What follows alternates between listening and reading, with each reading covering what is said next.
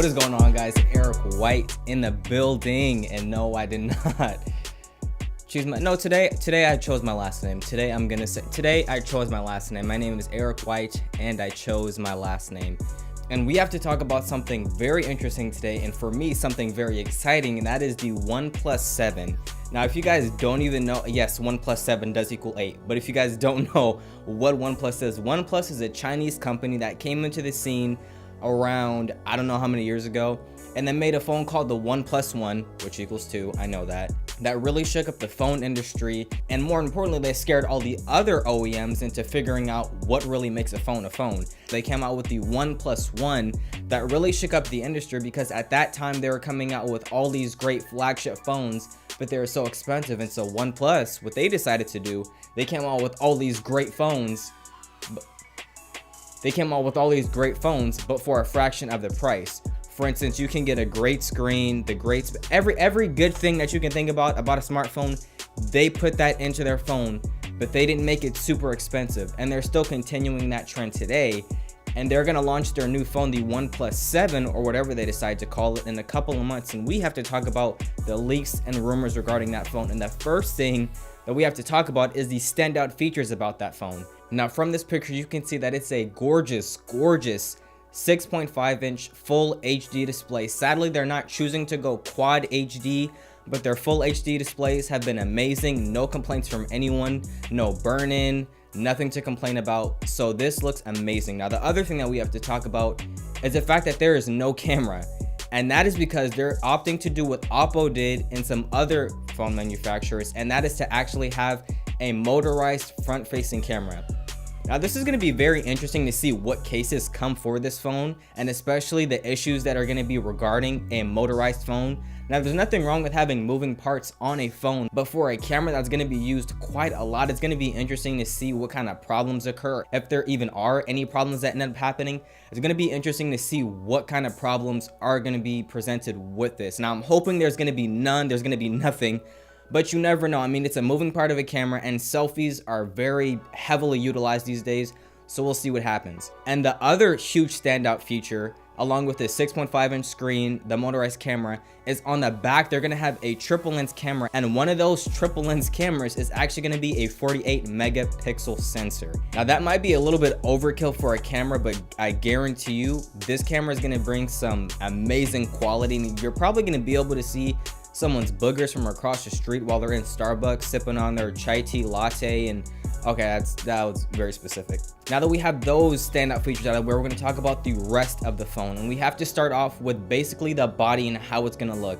Now like I previously mentioned, in these renders it is a full 6.5-inch full HD display, and sadly they're not choosing to go quad HD or 4K. For you guys that don't know what that is, they're not choosing to do that because they're very capable and confident with what they have now, and in past it's worked, so I don't have any complaints. Now it's also going to have that motorized camera like we talked about, and then as far as the camera quality goes, we're going to see a 12 megapixel sensor for the front facing camera, and on the back they're opting to do something very similar to what they did with the Huawei Mate 20 Pro, and that is include a triple lens camera system, one being the 48 megapixel sensor that we talked about previously, a 12 megapixel sensor along with an 8 megapixel sensor. So altogether you're going to be getting some very good quality detailed shots. And as far as video recording goes, it's going to give you EIS, which is their electronic image stabilization that they've included with some of their previous phones, as well as recording 4K up to 60 frames a second. Now that sounds really exciting, and I really want to get my hands on this, but it's going to be up to the software of the phone to determine if it actually lives up to the hype.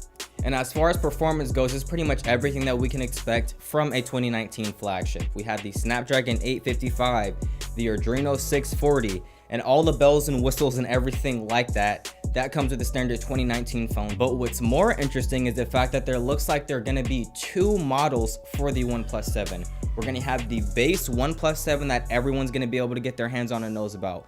But there's also speculation and rumors about a new OnePlus 7 Pro, which might bring some extra features in case you really want that. The base model is set to have around 6 GB of RAM with 128 GB of storage. We could see something maybe in 8 GB of RAM and 512 GB of storage.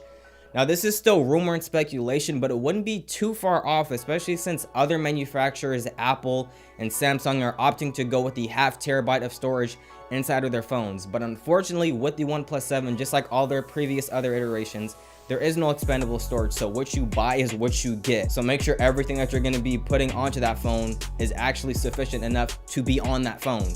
And as we move into the display portion of the phone, we're going to see something very interesting. So the OnePlus 7 Pro is said to have a curved screen, just like we see on the Samsung Galaxies, the S8, the S8 Plus, the Note 9, everything like that. It's said to have a curved display similar to those phones. Now it's going to have a 19.5:9 aspect ratio. Once again, it's going to be a full HD, no 4K on this one. And instead of their optic AMOLED display, they're opting for something a little bit more high-tech for their super optic AMOLED display. Now the resolution for these phones clocks in at around 2340 by 1080, and the pixel density falls just shy of 400 at 396. But overall, you are going to be getting a great display, and the performance is going to back that up. Now with that performance comes the battery life, and we're going to be looking at a slight upgrade from the OnePlus 6T with the 3700 to a bump up to a 4000 milliamp hour battery.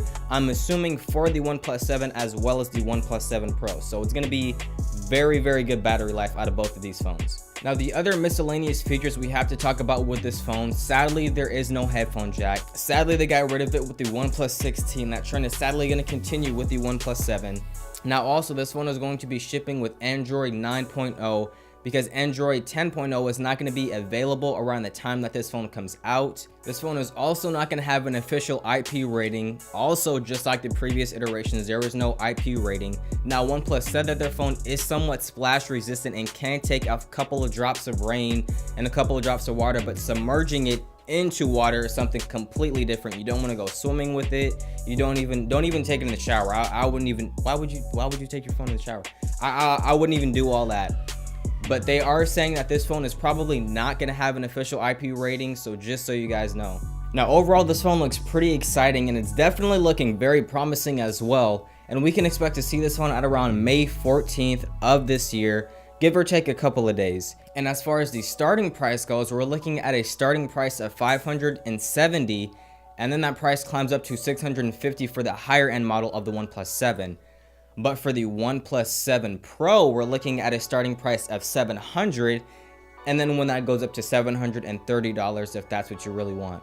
Now as far as the price goes, I have no complaints. Now it definitely is a price hike if you compare it to the past iterations, but if you really compare it to the other phones that are coming out right now, all the $1,000, the Galaxy Fold that just got recently released for the public, $1,900, I mean, you're really getting your value and your money's worth for this phone.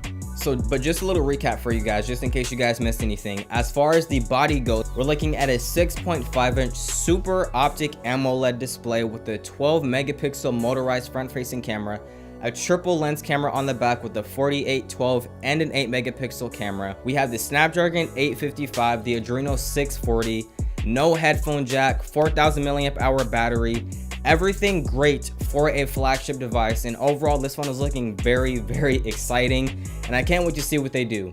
But anyway guys, that is all I got for you. If you guys think I left anything out, you think the phone's gonna be interesting, maybe you don't even have a phone, let me know in the comments down below. If you guys like this video, make sure you go down below and click the like button. If you guys are new and you have no idea who I am and why I'm wearing a headband, make sure you guys go pick one up at my official store. Just kidding, I don't have an official store.